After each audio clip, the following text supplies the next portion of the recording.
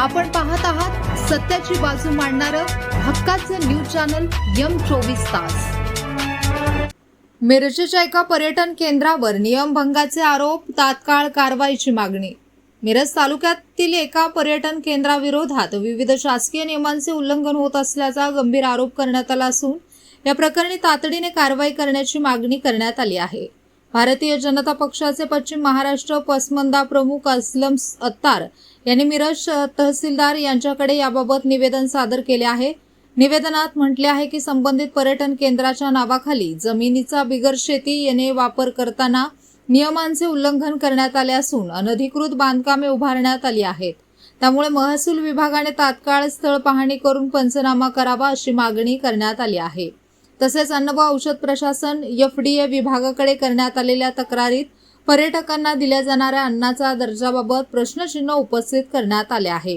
किचनमधील अस्वच्छता तसेच विनापरवाना खाद्यपदार्थांची विक्री होत असल्याचा आरोप करत संबंधित व्यवस्थापनावर कडक कारवाई करण्याची मागणी करण्यात आली आहे।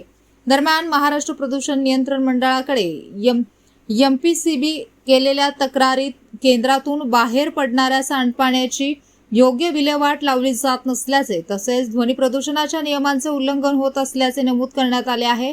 या प्रकल्पामुळे परिसरातील पर्यावरणाला धोका निर्माण होत असल्याचा इशारा देत तात्काळ निर्बंध घालण्याची मागणी करण्यात आली आहे।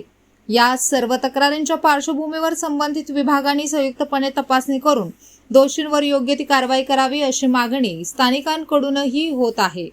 Bureau report SS news Marathi.